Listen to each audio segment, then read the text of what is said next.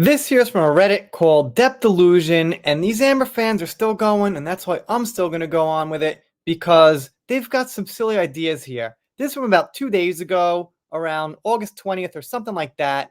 How do I explain this to my parents? So the whole thing now is a lot of them want to try to convince their parents what happened. I mean, naturally, you'd think your parents would be, if anyone, some people in this earth to hear you out. Since I found this sub, I've been trying my hardest to convince friends and family to read through the evidence themselves. I think it sheds a light on how skewed our society's view on abuse is. One of the things that bothered me the most about Amber's relationship with Depp is the age gap. Well, there's a common thing that bothers women, so I don't quite blame for that. But the thing that kind of irritates me is a lot of women who get irritated about the age gap think that these younger girls are so stupid that they've got no idea what they're doing. Look, at 25 years old, you're old enough to know this guy's rich, I'm getting married, it's a serious commitment, I should maybe do it or not do it. So I just gotta say, they're not quite giving enough credit to these girls. If the girl was like 19 or 20, all right, not even out of college yet, yeah, maybe. But at 25, let's draw the line. You're an adult, you make the decisions. In my family, I'm the only woman who was not married with kids at 18. My mom, grandmother, aunt, cousins, and other extended family were all 18 years or younger when they got married and had kids. Also, they married men much older than themselves. The smallest age gap is between my mom and dad. My dad is 6 years, her senior, which seems pretty average, to be honest. It seems somewhat normal, just biologically. I didn't think anything of this as a kid, but the older I get, the more stories I hear and the grosser it gets. For example, my grandfather's sister was married at 14. By 18, she had 3 kids. That's pretty extreme. That's young, yes. Not sure when we're talking here, 50s, 60s, 70s. Times were a bit different, I'm sure. Understandably, she had a manic breakdown and ran off. It took 2 days to find her, and when they did, her husband didn't speak to her for 2 months. I remember hearing family members call her crazy and immature. By the way, we're way off topic here, way off the rails. At the time, I didn't agree with it, but I also didn't disagree. Now that I'm older, I feel more remorse. Her childhood was stripped away, and instead of receiving actual help, she was labeled as insane and a bad mother. Is this story true? I don't know. It's pretty extreme here. I'm not going to doubt all people at all times, but this seems extreme, but alright. The other day, my parents and I got into it about current politics. I don't support Trump for various reasons, one of them being he's a P word. Let me just stop here. A little bit more evidence when I keep saying a lot of these Amber fans are on the left side, far on the left side, but just saying. But I digress. My parents don't believe this to be true. They believe no matter your age, you have the ability to consent. This is obviously insane.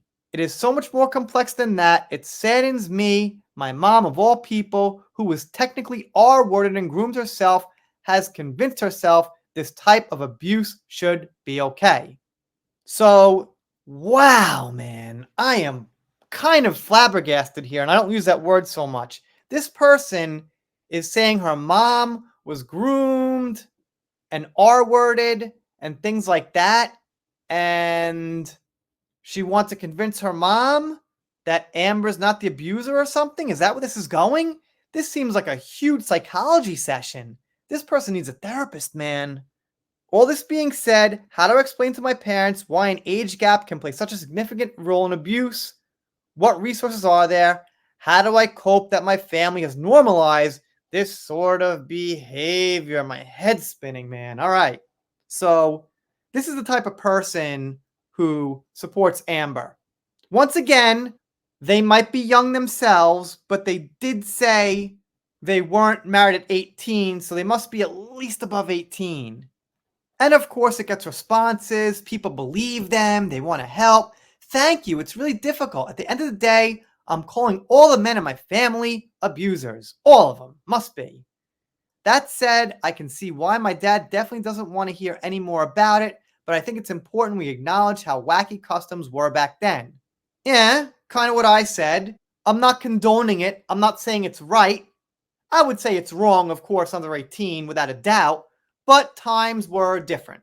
The older I get, the more certain behaviors from the women start to make sense to me. It's disheartening that they were chalked off to be overly emotional during a breakdown. It's annoying that they always had to surrender their paychecks to their husbands. I didn't know about that.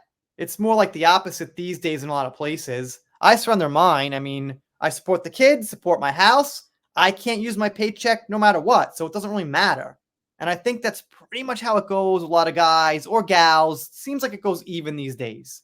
But I don't know how it was back then. If a woman had a part time job, the man was the head of the house with money. Not sure. Luckily, I'm not the only one to break the cycle. I might be the first woman to make it past 18 unscathed, but the boys have definitely changed. I don't see my brothers or male cousins falling in the same patterns.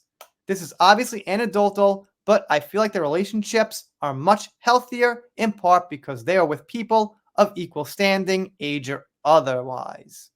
Maybe it does seem like things are getting a little more even these days with money. As far as age, well, that's biological. Money's not quite biological in the same way. But anyway, it seems like everyone in this forum is a victim. But I gotta say, they go in circles a lot, they go well off topic, and they've got reasons for not liking people that they can't quite prove. I know Trump's controversial, but I'll say this quick.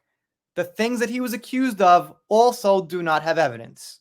It's not impossible he did them, but when you're talking about someone on a certain level of fame, you should have evidence because that seriously affects their career. Anyway, if you're not subscribed here, consider it. If you don't, I'll be sad. Done here for now. See you next time.